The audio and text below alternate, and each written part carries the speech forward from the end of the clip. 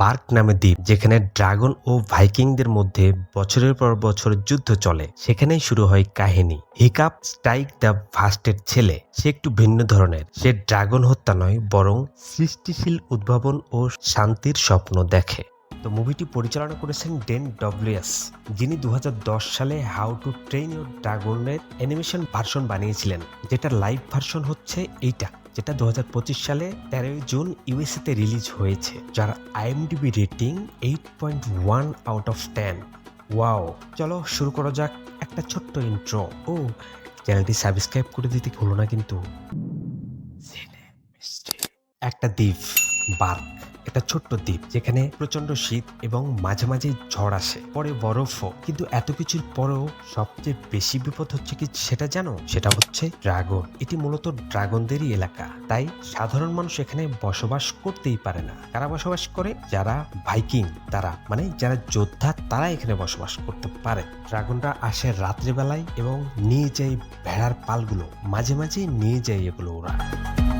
কথাগুলো বলতেছিল হিক্যাপ, যে কমিউনিটি প্রধান স্টাইক দ্য ভাস্টের ছেলে। হিক্যাপ ছিল সকল ভন্ডুলের নাটের গুরু। তাকে সবাই লুজার হিসেবেই দেখত, কারণ সে কোনো নিয়ম কানুন মানত না। সে তার ইচ্ছা মতো চলত। প্রধানের ছেলে হলেও তাকে কেউই পাত্তা দিত না। আসলে সে ছিল স্বাধীন চেতা এবং প্রচন্ড মেধাবী। তার উদ্ভাবনী ক্ষমতা ছিল। সে ড্রাগন ধরার জন্য একটা ফাঁদ তৈরি করে, যেটা ছিল খুবই ইফেক্টিভ, বাট এটাকে সবাই বিদ্রুপ করত। গোব্বার, যিনি ছিলেন যারা যোদ্ধা তাদের ট্রেনার, উনি ড্রাগনের কবলে পড়ে একটা পা এবং একটা হাত হারিয়েছেন।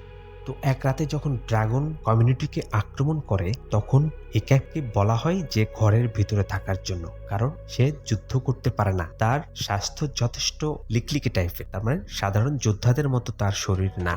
গোপার বলে যে তুমি বাইরে যেও না, তুমি ভিতরেই থাকো, কারণ সবচেয়ে ভয়ঙ্কর ড্রাগন নাইট ফিউরি আক্রমণ হয়েছে, যেটা সামনে পড়লে তুমি আর বাঁচতে পারবে না। হিক্যাপ এটা শুনে মনে মনে একটু খুশি হয়। যেই না গোপ্পার আড়ালে যায়, তখনই হিক্যাপ তার যন্ত্রটি বের করে এবং সেই অচেনা ড্রাগন নাইট ফিউরি, যার সামনে পড়ে এখন পর্যন্ত কেউ পিছে ফিরে আসতে পারে নাই, সে ড্রাগনকে টার্গেট করে ধরার জন্য। এদিকে সবাই যার যার মতো ড্রাগনদেরকে প্রোটেক্ট করতেছে এবং সবাই লড়াই করতেছে ড্রাগনদেরকে তাড়িয়ে দেওয়ার জন্য। হিক্যাপ তার যন্ত্রটি নিয়ে ড্রাগনকে তাক করে যখন ছুঁড়ে মারে, তখন ড্রাগনটি আটকে যায় এবং জঙ্গলের ভিতরে পড়ে যায়। হিক্যাপ সবাইকে বলে যে সে ড্রাগনকে ধরেছে, কিন্তু তার কথা কেউ পাত্তাই দেয় না, কারণ সবাই জানে যে হিক্যাপ একজন লুজার। এদিকে অ্যাস্ট্রিড হোফারসনকে দারুণ পছন্দ করত হিক্যাপ, কিন্তু হিক্যাপ যেহেতু যোদ্ধা ছিল না, সো অ্যাস্ট্রিড তাকে রিফিউজ করে এবং তাকে অবজ্ঞা করে। অ্যাস্ট্রিডের টার্গেট ছিল সে যোদ্ধা হবে এবং একদিন সে ট্রেনিং এ টপার হয়ে এই কমিউনিটিকে লিড করবে। দেখা যায় হিক্যাপের বাবা ভাস্ট প্রাণপণ যুদ্ধ করতেছে বিভিন্ন ড্রাগনকে তাড়িয়ে দেওয়ার জন্য, কারণ সে ছিল ড্রাগন মারার জন্য ওস্তাদ। পরের দিনে হিক্যাপ যায় যেখানে ড্রাগন আটকা পড়েছিল, ঠিক সেখানে সে যায় ড্রাগনকে দেখতে, যে নাইট ফিউরি আসলে কেমন। এই নাইট ফিউরিকে আগে কেউ দেখে নাই। সে কাছে যায় এবং সে ডিসাইড করে ড্রাগনটাকে সে মেরে ফেলবে। ছুরি বের করে সে ড্রাগনের বরাবর তাক করে সে মারতে যাবে। ঠিক এই মুহূর্তে ড্রাগন তার দিকে তাকায়। তো ড্রাগনের দৃষ্টি তার দিকে যখন পড়ে, চোখ যখন আই কন্ট্যাক্ট হয়, তখন সে মায়ায় পড়ে যায়। সে ডিসাইড করে ড্রাগনকে মারবে না, চলে আসতে যায়। ঠিক এই মুহূর্তে তার মাথায় আসে যে সে ড্রাগনটিকে মুক্ত করে দেবে। তার মানে ড্রাগনের প্রতি তার একটা মায়া তৈরি হয়ে গেছে। সে কেটে দেওয়ার পরে ড্রাগনটি তার দিকে আক্রমণ করে। তো সে ভীত হয়ে পড়ে, সে মাটিতে পড়ে যায়। বাট কি মনে করে ড্রাগনটি তাকে আর মারে না, ড্রাগনটি তাকে ভয় দেখিয়ে চলে যায়। একটা নতুন সম্পর্কের বীজ বোনা হয়ে গেল তখনই। এরপরে হিকাপ টুথলেসের থাকার যে জায়গা সেটা খুঁজে বের করে সেখানে একটা মাছ নিয়ে যায়। তো সাথে সে ছুরিও নিয়ে যায়। টুথলেস তার ছুরিটাকে খেয়াল করে এবং সে ভীত হয়ে পড়ে। এটা বুঝতে পেরে হিকাপ ছুরিটি ফেলে দেয় এবং মাছটিকে তার দিকে এগিয়ে দেয়। টুথলেসের সঙ্গে হিকাপের সম্পর্কটা আরো গাঢ় হয়। হিকাপ তার নাম দেয় টুথলেস। হিকাপ যেটা করে, তার হাতটা বাড়িয়ে দেয় টুথলেসের দিকে। টুথলেস তার হাতে তার মাথাটা রাখে এবং একটা প্রশান্তি অনুভব করে। তার মানে দুইজনের সঙ্গে দুইজনের ভালো একটা বোঝাপড়া তৈরি হয়ে গেছে। একদিন বালুর মধ্যে ড্রাগনের সামনেই ড্রাগনের ছবি আঁকে, তো ড্রাগনও তাকে কপি করে তার মতো আরেকটি ছবি আঁকে এবং একটি ডাল ভেঙে নিয়ে এসে দেয়। এটা গভীর সম্পর্কের একটা আলামত। তার নাম টুথলেস রাখে কারণ তার দাঁত দেখা যায় না, কামড় কিন্তু ভয়ঙ্কর। এদিকে টুথলেসের একদিকে লেজ ক্ষতিগ্রস্ত হয়েছিল, যার ফলে সে উঠতে পারতো না। হিক্যাপ যেটা করে, সে একটা কৃত্রিম লেজ বানায় এবং টুথলেসের লেজে সেটা বাধাই করে দেয়, যার ফলে টুথলেস উঠতে পারে। এরপর দেখা যায় দুই প্রাণী একসাথে আকাশে উঠছে, ভয়কে পেছনে ফেলে আস্থার টানায় ভর করে। তাদের ভাষা আলাদা, গঠনও আলাদা, বিশ্বাসও আলাদা, তবু হৃদয়ের বন্ধনে এক। হিক্যাপ তার প্রথম বন্ধুকে খুঁজে পায়, যে একজন ড্রাগন। হিক্যাপ ধীরে ধীরে ড্রাগনের স্বভাব পর্যবেক্ষণ করে। হিক্যাপের বাবা যেহেতু গ্রাম প্রধান এবং সে চাচ্ছিল তার সন্তানও যাতে ভবিষ্যতে কমিউনিটি প্রধান হয়, তো সেক্ষেত্রে যেটা করতে হবে, তাকে প্রশিক্ষণ দিতে হবে এবং ড্রাগন মারায় এক্সপার্ট হতে হবে। বাবা চায় তাকে প্রশিক্ষণের ব্যবস্থা করতে। প্রশিক্ষণের জন্য গোব্বার দ্য বেলচের কাছে পাঠানো হয়। উনি একজন অভিজ্ঞ ড্রাগন যোদ্ধা। ওনার একটা হাত এবং একটা পা নেই, যেটা ড্রাগন যুদ্ধেই গেছে। উনি মজার বাট সাহসী এবং একনিষ্ঠ। তিনি বলেন, ভালো ভাইকিং হতে হলে ড্রাগন মারতে জানতে হবে। প্রশিক্ষণে যারা যারা ছিল তাদের মধ্যে একজন ছিল অ্যাস্ট্রিড। অ্যাস্ট্রিড ছিল সাহসী, শক্তিশালী। উনি হিক্যাপের বিপরীতে সবসময় থাকতো। প্রথমে হিক্যাপকে সন্দেহ করলো, পরে তার পাশে দাঁড়ায়। স্নটনাউট, যে ছিল দাম্ভিক এবং নিজেকে অনেক বড় কিছু ভাবে। অ্যাস্ট্রয়েডের প্রতি তার আগ্রহ আছে, হিক্যাপকে পছন্দ করে না। ফিশলেগস, উনি ড্রাগন সম্পর্কে অনেক বই পড়েছেন। হিক্যাপের সঙ্গে মানিয়ে যায়, ভয় পায় কিন্তু সহানুভূতিশীল। রাফনাট আর টাফনাট, এরা দুইজন যমজ ভাই বোন। সবকিছুতে ঝগড়া করে কিন্তু কাজের সময় একসাথে। প্রচন্ড কমেডি এলিমেন্ট করতে পারে। এদিকে ট্রেনিং এর ফাঁকে ফাঁকে সে তার টুথলেস ফ্রেন্ডের কাছে যায় এবং সে তার আচরণ পর্যবেক্ষণ করে অনেক কিছু শিখে ফেলে, যেটা ড্রাগন কন্ট্রোল করার জন্য যথেষ্ট উপযোগী ছিল। সে খেয়াল করে, চোখে চোখ রেখে কথা বললে ড্রাগন ভয় পায় না, বরং মনোযোগ দেয়। হিক্যাপ শিখেছিল, চোখে চোখ রেখে ধীরে ধীরে দৃষ্টি সরালে তার মানে তুমি ড্রাগনকে সম্মান করছো। হিক্যাপ শিখেছিল, আহত ড্রাগন আক্রমণ করে না। হিক্যাপ দেখে টুথলেসের পা ভেঙে গেছে, তাই সে উঠতে পারে না, কিন্তু আক্রমণও করে না। তাই সে বুঝে গেছে আহত প্রাণী শুধু রক্ষা চাই, প্রতিশোধ না। হিক্যাপ আরো শিখে, ধীরে ধীরে এগিয়ে যাও। তার মানে হঠাৎ করে হাত বাড়ালে ড্রাগন ভয় পায়, তাই ধীরে ধীরে টুথলেসের দিকে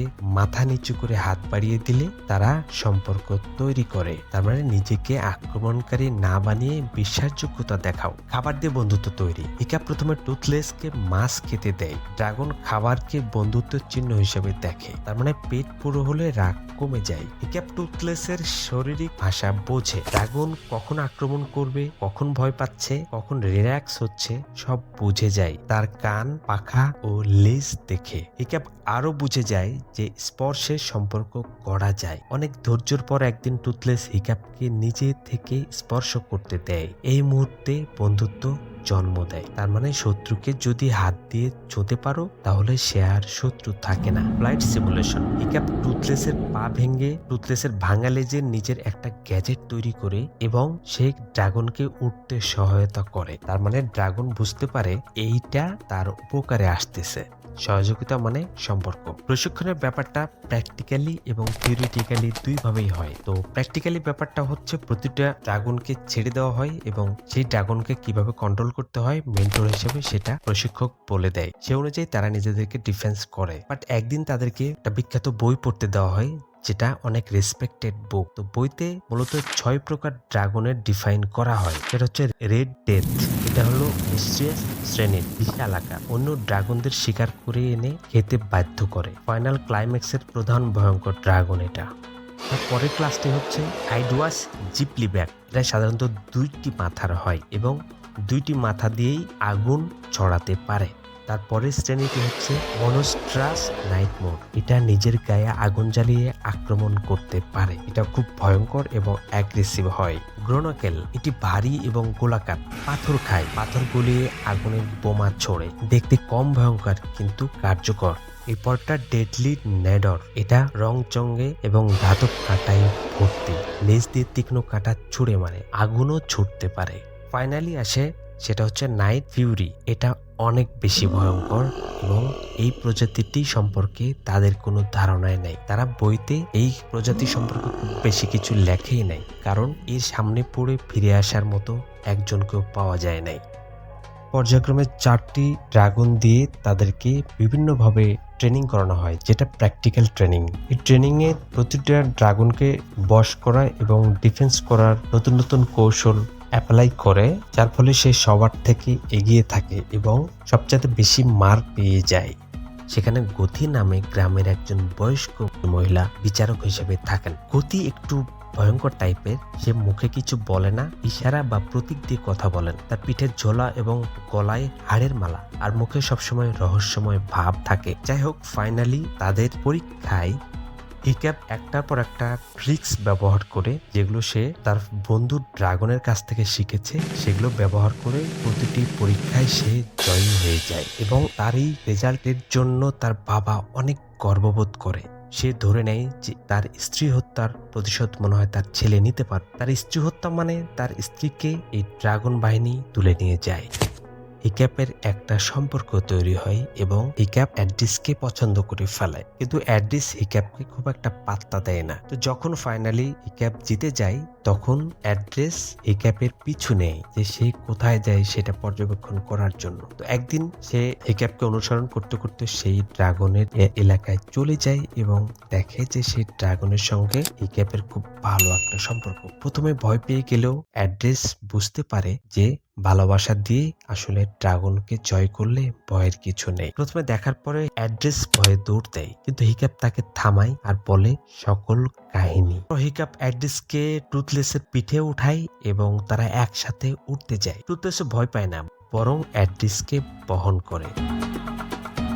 তারা একসাথে উড়ে মেঘের উপর, জলের উপর তারা উঠতে উঠতে ড্রাগনের দেশে চলে যায়। তখন তারা দেখে হাজার হাজার ড্রাগন বের হচ্ছে, তাদের সঙ্গে যোগ দিয়েছে। তারা প্রথমে ভয় পেয়ে যায় এতগুলো ড্রাগন দেখে। এরপরে দেখা যায় বিশাল গুহা এবং এক বিশাল ড্রাগন, যেটা একটা গুহার মধ্যে বসে অন্য ড্রাগনরা খাবার নিয়ে এসে দিচ্ছে, সে খাবারটি সে খাচ্ছে। অনেক সময় ছোট ড্রাগনদের সে খেয়ে ফেলে। তো সেখান থেকে তারা ফিরে আসে এবং অ্যাড্রিস কাঁপতে কাঁপতে বলে, তোমার বাবা যদি এটা জানে। তো অ্যাড্রিসকে হিক্যাপ বলে যে বাবাকে এটা কোনোভাবেই জানতে দেওয়া যাবে না। অ্যাড্রিস বুঝে যায় হিক্যাপের সিদ্ধান্ত শুধু বন্ধুত্ব না, ওটা দ্বীপের ভবিষ্যৎ বদলানোর মতো। কিন্তু সময় কম, হিক্যাপ জানে সত্যি বললে তার বাবা বিশ্বাস করবে না। ফাইনালি ভয়ঙ্কর একটা ড্রাগনকে ছেড়ে দেওয়া হয় এবং তার দায়িত্ব দেওয়া হয় এই ড্রাগনকে মেরে তার বীরত্ব প্রদর্শন করতে। হিক্যাপ মাঠে নামে, ড্রাগনকে ছেড়ে দেওয়া হয়, কিন্তু হিক্যাপ ডিসাইড করে সে ড্রাগনকে যুদ্ধে নয়, ভালোবাসা দিয়ে জয় করবে। একইভাবে সে ড্রাগনের কাছাকাছি যায় এবং আস্তে আস্তে তার চোখের দিকে চোখ রাখে। ড্রাগন আস্তে আস্তে তার কন্ট্রোলে চলে আসে। সে ড্রাগনকে টাচ করতে যাবে, এই মুহূর্তে তার বাবা ক্ষিপ্ত হয়ে বিশাল শব্দ করে এবং বলে যে তাকে এই যুদ্ধ থামিয়ে দিতে। হট্টগোল তৈরি হয় এবং সবাই যখন হিক্যাপকে আক্রমণ করতে যাবে, কারণ সে তার কমিটমেন্ট ব্রেক করেছে। তো হিক্যাপের বিপদ দেখে সেই ড্রাগন বন্ধু তার কাছে ছুটে চলে আসে, যেটা টুথলেস হিসাবে পরিচিত। সে চলে আসে এবং হিক্যাপকে রক্ষা করে। তো এই বিরল প্রজাতির ড্রাগনকে দেখে সবাই ভীত হয়ে পড়ে এবং সবাই তাদের প্রতিরক্ষা সরঞ্জাম নিয়ে ঝাঁপিয়ে পড়ে এবং ড্রাগনটিকে তারা ধরে ফেলতে সক্ষম হয়। হিক্যাপ যদিও বারবার অনুরোধ করছিল যে ড্রাগনটিকে তার এইভাবে ধরার দরকার নেই, সে ড্রাগনটিকে কন্ট্রোল করতে পারবে, কিন্তু তার কথা তার বাবা শোনে না এবং তার আশেপাশের কেউই শোনে না। তার বাবার সাথে কথা বলার এক পর্যায়ে সে বলে ফেলে যে তাদের ড্রাগনদের দেশে এর চাইতে অনেক বড় ড্রাগন আছে, যেটার সাথে আমরা পারবো না। তো তার বাবা বুঝে ফেলে যে সে ড্রাগনের দেশ ঘুরে এসেছে। তো তারপর তার বাবার সিদ্ধান্ত নেয় ড্রাগনের দেশে আক্রমণ করবে, তার সমস্ত শক্তি জাহাজ নিয়ে ড্রাগনের দেশ আক্রমণ করার জন্য ড্রাগনের দেশে আক্রমণ করবে। দিক নির্দেশক হিসেবে সেই টুথলেসকে ধরে বেঁধে রাখা হয়। যুদ্ধের দামামা বেঁধে গেছে। হিক্যাপের বাবা সকল সৈন্য এবং যুদ্ধ যান নিয়ে ড্রাগনের দেশের দিকে এগিয়ে যাচ্ছে। আর পথ দেখাচ্ছে হিক্যাপের সবচেয়ে কাছের বন্ধু টুথলেস। বাধ্য হয়ে পথ দেখাচ্ছে কারণ সে বন্দী অবস্থায় আছে। এদিকে হিক্যাপ আজ একা। হিক্যাপ একা বসে বসে মাটি ছুঁয়ে টুথলেসের চিন্তা করছে। বন্ধু চলে গেছে, বাবা বিশ্বাস করে না, গোটা গ্রাম তাকে বিশ্বাসঘাতক ভাবে, কিন্তু সে জানে যদি সে কিছু না করে তাহলে সব শেষ হয়ে যাবে। হিক্যাপ ছোট ছোট ড্রাগনদের মুক্ত করে, অ্যাড্রেস এবং বাকি ট্রেনিং সঙ্গীদের ডাকে একটা কাজ করে যা কেউ আগে করেনি। ড্রাগনদের মুক্ত করে দেয় এবং অ্যাড্রেস, হিজ লেগস, স্নাট লাউড, রাফ টাফ সবাইকে ডাকে, বলে তোমরা চলো, ওরা আমাদের মারে না, ওরা আমাদের পাশে লড়বে। সবাই মিলে ড্রাগনের পিঠে চড়ে উড়ে যায় যুদ্ধক্ষেত্রে। এদিকে সৈন্যবাহিনী সহ যুদ্ধক্ষেত্রে হিক্যাপের বাবারা মিলে তাদের ড্রাগনদের দেশ আক্রমণ করে। একে একে সকল ড্রাগন উড়ে গেলেও ভয়ঙ্কর দানবের বেশে যে ড্রাগনটা সে বের হয়ে আসে। সবাই ভয় পেয়ে দৌড়াদৌড়ি করতে থাকে, কিন্তু সেই ভয়ঙ্কর দানব থেকে কেউ মুক্তি পায় না। সে সবাইকে মারার জন্য উদ্যত হয়ে যায়। হিক্যাপ জানে দ্রুত সেখানে না গেলে সেই ড্রাগন সবাইকে মেরে ফেলবে। সে ভয়ঙ্কর রেড ডেথ এখন সবাইকে মারার জন্য ছুটে বেড়াচ্ছে। ঠিক তখনই হিক্যাপ এসে পড়ে, টুথলেসকে মুক্ত করে। টুথলেসকে আসলে সে মুক্ত করার জন্য যায় পানির নিচে, তার মানে অলরেডি টুথলেস পানির নিচে চলে গেছে। সে টুথলেসকে মুক্ত করার জন্য যায়, গিয়ে সে তাকে মুক্ত করতে পারে না, কারণ যে লকটি করা ছিল সেটা আনলক করার টুলসটা তার কাছে জানা নেই। তো এই কাণ্ড দেখে এবং পারিপার্শ্বিক অবস্থা দেখে তার বাবা বুঝে যায় যে তার সন্তানের হেল্প তার লাগবে। তার সন্তান যেভাবে আগাতে চায় ঠিক সেভাবে তাকে আগাতে দিতে হবে। তো ফাইনালি তার বাবা পানির নিচে গিয়ে সেই ড্রাগনকে আনলক করে এবং সেই টুথলেস তার বাবাকে নিয়ে মাটিতে ফেলে। তার ফলে তার বাবা বেঁচে যায় এবং সে হিক্যাপকে নিয়ে রেড ডেথের সঙ্গে যুদ্ধে লিপ্ত হতে যায়। সে তার পাওয়ার খাটিয়ে রেড ডেথের কয়েক জায়গায় ফুটো করে দেয়, পাখা ফুটো করে দেয় এবং টুথলেস উড়ে তারা এদিক ওদিক ঘুরে রেড ডেথের চোখ এড়িয়ে আগুনের লেজে পাথরের মধ্যে ঝড়ের মতো ধাওয়া করে। আর সবাই যুদ্ধ করে হিক্যাপের নেতৃত্বে। শেষ মুহূর্তে হিক্যাপ নেয় এক শট। হিক্যাপ রেড ডেথের চোখে তাক করে একটি ফিনিশিং শট দেয়। রেড ডেথের ডানায় ভারসাম্য হারিয়ে গিয়ে সে পড়ে যায় আগুনের মধ্যে। আকাশ কাঁপে, আলো নিভে যায় আর হিক্যাপ পড়ে যায়। টুথলেস ছুটে গিয়ে আগুনের ভিতরে ঝাঁপ দেয়, হিক্যাপকে আগলে রাখে। টুথলেস নিজের জীবন বাজি রেখে আগুনে ঝাঁপ দেয়। ধোঁয়ার ভিতরে সে খুঁজে পায় একমাত্র বন্ধুকে, জড়িয়ে ধরে আগুন ঠেকিয়ে নিয়ে আসে আলোয়। স্টোইক ছুটে আসে, হিক্যাপের দিকে তাকিয়ে কাঁদে। স্টোইক তার পুরো জীবন যাকে শক্তি আর যুদ্ধে মেপেছে, আজ দেখে একজন ছেলে তার গোটা সভ্যতা বাঁচিয়েছে বন্ধুত্ব আর ভালোবাসা দিয়ে। সে কাঁদে, হিক্যাপকে জড়িয়ে ধরে এবং বলে, আমি গর্বিত বাবা। এর পরের সিনে দেখা যায় ড্রাগনরা এখন খোলা আকাশে, শিশুরা খেলছে টুথলেসের পাশে। দিন বদলেছে, ড্রাগনরা এখন শত্রু নয়, পরিবারের মতো। হিক্যাপ এখন একজন নতুন নেতা, সে লড়ে না, বুঝে নেই। আর টুথলেস, সে এখন শুধু একটা ড্রাগন নাই, সে হিক্যাপের ভাই। হিক্যাপ ও টুথলেস একসাথে উড়ে যায়। এটা ছিল এক ছেলের গল্প, যে প্রশ্ন করতে শিখেছিল, যে ভয়কে বন্ধুত্বে রূপ দিতে শিখেছিল। হাউ টু ট্রেন ইউর ড্রাগনের 2025 সালের রিমেক ভার্সনের গল্প। উচ্চাকাঙ্ক্ষা, সাহস ও তুলনাহীন বিশ্বাসের মাধ্যমে হিক্যাপ তার পিতার বিশ্বাসঘাতক ড্রাগন হত্যার ঐতিহ্যকে চ্যালেঞ্জ জানিয়ে সামগ্রিক শক্তির পরিবর্তন এনে সমাজে নতুন এক যুগের সূচনা করেছিল। যদি হিক্যাপ এবং ট্রুথলেসের গল্পটি ভালো লাগে তাহলে আমার চ্যানেলটিকে সাবস্ক্রাইব করে দাও এবং তোমার মতামত কমেন্ট সেকশনে জানাও। ভিডিওটিকে একটা লাইক করে দিও। Thank you for watching.